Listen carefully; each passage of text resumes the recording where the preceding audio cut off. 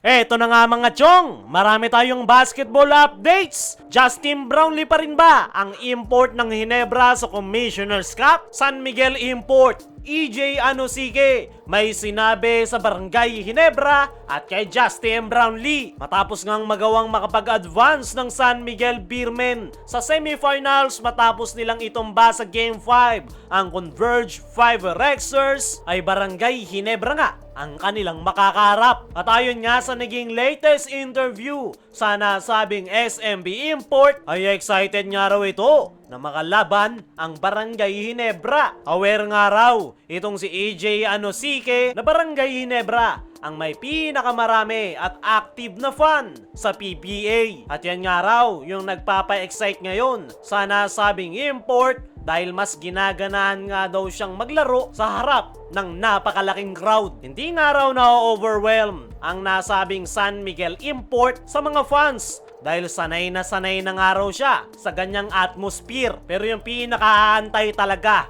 nitong si EJ Anosike ay yung magiging match-up nila ni Justin Brownlee. Maraming nga raw ang nagsasabi sa kanya na si Justin Brownlee ang GOAT o Michael Jordan ng PBA. Kaya naman, willing na willing daw itong si EJ Anosike sa challenge na may bibigay sa kanya ni Justin Brownlee. Dagdag pa ng nasabing San Miguel Import ay saka nga lang daw malalaman kung si Brownlee ba talaga ang GOAT na import sa PBA kapag nakaharap niya na ito sa hardcourt. At kumpiyansa nga ang nasabing import na kaya niya nga raw mahigitan yung mga nagagawa ni Justin Brownlee sa Barangay Hinebra. Sa ngayon nga mga chong, ay mataas ang kumpiyansa nitong si EJ Anosike sa magiging matchup nila ni Justin Brownlee. Panigurado naman na hindi niya pa kilalang lubos si Justin Brownlee dahil never pa nga silang nagharap at ngayong semifinals nga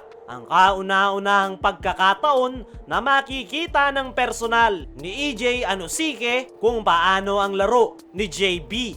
Maraming mga imports na nga ang nagsabi na kayang-kaya nilang talunin si Justin Brownlee. Yung iba ay nagyayabang pa. Pero once nga na nakatapat na nila si Justin Brownlee ay tila nagbabago nga yung ihip ng hangin dahil nawala yung kanilang angas dahil sinagot nga sila ni Justin Brownlee hindi gamit ang kanyang bunganga kundi yung kanyang laro. Ayon pa rin dito kay EJ Anosike ay alam nga raw nila na lamang sila pagdating sa individual talent lalong-lalo na sa frontcourt position. At yan nga raw yung kanilang gagamitin kontra Barangay Hinebra. Para sa akin mga chong, ay tama naman yung sinabi niya ni EJ Anosike na lamang sila pagdating sa frontcourt position. Pero hindi pa nga rin sila nakakasiguro dahil kilala naman natin si Coach Tim Cone, palagi nga itong may adjustment na ginagawa at nakita nga si Coach Tim sa mga laro ng San Miguel Beermen na ini-scout na niya ang nasabing kupunan. Panigurado, meron ng solusyon si Coach Tim Cone sa kanilang weakness na frontcourt position. Sa ngayon ay masasabi nating overconfident itong si EJ Anosike sa kanilang magiging matchup sa semifinals kontra Barangay Hinebra. Mukhang masyado nga nitong minamaliit ang kupunan ni Coach Tim Cone dahil sa kanilang problema sa ilalim at sinabi pa nga nito na siya ang pipigil kay Justin Brownlee. Gaya ng sabi natin kanina, marami nang nagyabang kay Justin Brownlee. Lahat nga ng mga yan ay bigo na manalo. Kaya naman tignan natin sa darating na Game 1 kung magagawa ba ni EJ Anosike na makuha ang panalo kontra kay Brownlee. Dumako naman tayo dito sa kabilang balita. Justin Brownlee pa rin ba ang import ng Hinebra sa Commissioner's Cup? Nitong mga nakalipas na araw nga mga chong ay kinumpirma na ni Kume Marshall na Hong Kong Eastern ang magiging guest team ng PBA next conference. Hindi daw muna matutuloy ang 2 import conference pero tuloy na tuloy yung no height limit kahit gaano pa kalaki ang kuwaning import